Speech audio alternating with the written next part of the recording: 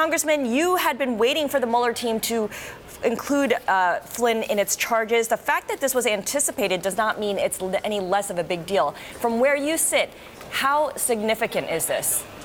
So in a town in which the major news events happen on an hourly, if not daily basis, this is epic. This is seismic in proportion, frankly, because what it really means is that Director Mueller is getting very high up in the food chain. The reality is that there are very few people left for him to get to between former General Flynn and President Trump.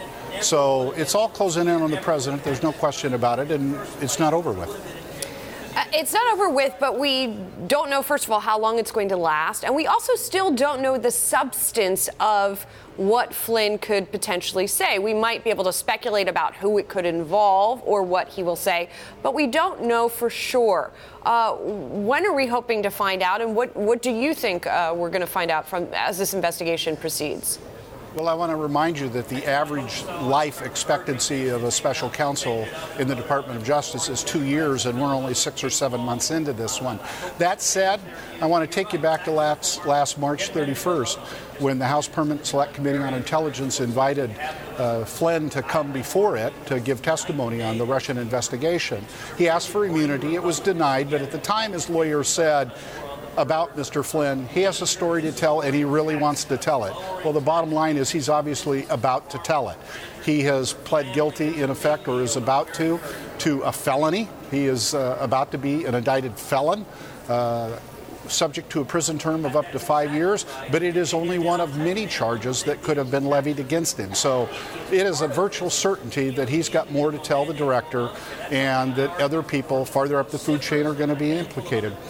The fact is, though, the White House has fired Michael Flynn. It fired Michael Flynn for lying to the vice president. Therefore, they could come out and say he's not a credible witness. He's not a credible person. Forgive me for asking the obvious question here, but what is your confidence that Michael Flynn is being upfront and being honest now when he speaks with the special counsel Mueller? So I think it was some famous figure in American history said that there's something about the image of a noose that sharpens the mind. And I think that's exactly what's happened here with General Flynn. He could have faced a long time in prison, and more importantly, perhaps to him, is his son could have faced jail time. And he's made the calculation, and understandably so, that if he gives up the truth, then he can avoid the worst of these penalties in exchange for telling the truth about those who are involved in the Trump administration and the Trump campaign. And look, the fact that the administration says that they should be given credit for firing him because he lied, that is completely belied by the fact that the president has been implicated in trying to get the Department of Justice to back off of the investigation of General Flynn. So it has no credibility whatsoever. Congressman, of course, there's also a congressional investigation that is going on into all of these matters. What's the progress of that? I know Eric Prince was just talked to about his connections with Russia. What can you tell us about that investigation? So I think it's fair to characterize this word a football game that we've now entered the second half. I'd been saying for quite some time we were still in the first quarter, but I think we are, in fact, the second half of this investigation. It proceeds apace. The interview schedule is frankly dizzying and brutal. We have days when we actually interview two witnesses, and of course, in order to interview witnesses requires the consumption of hundreds of pages of documents, if not thousands of pages of documents.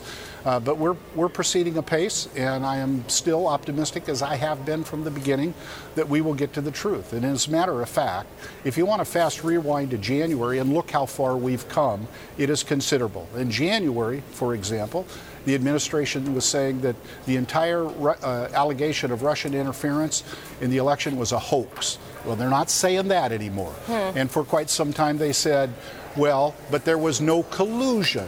Except for now what they're saying is collusion isn't a crime. So we are proceeding, we are progressing, and we will continue to.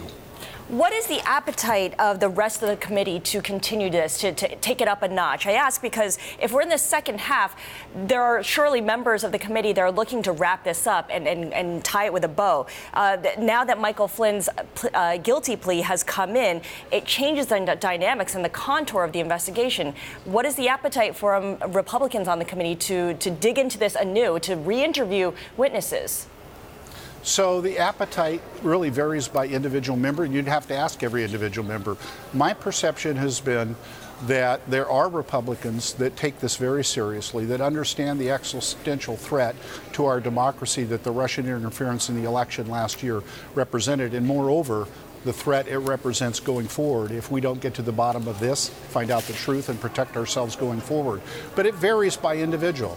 My experience as well has been that when a news revelation of this type comes forward, especially as significant as this one is, that they actually ratchet up the seriousness with which they're undertaking this task.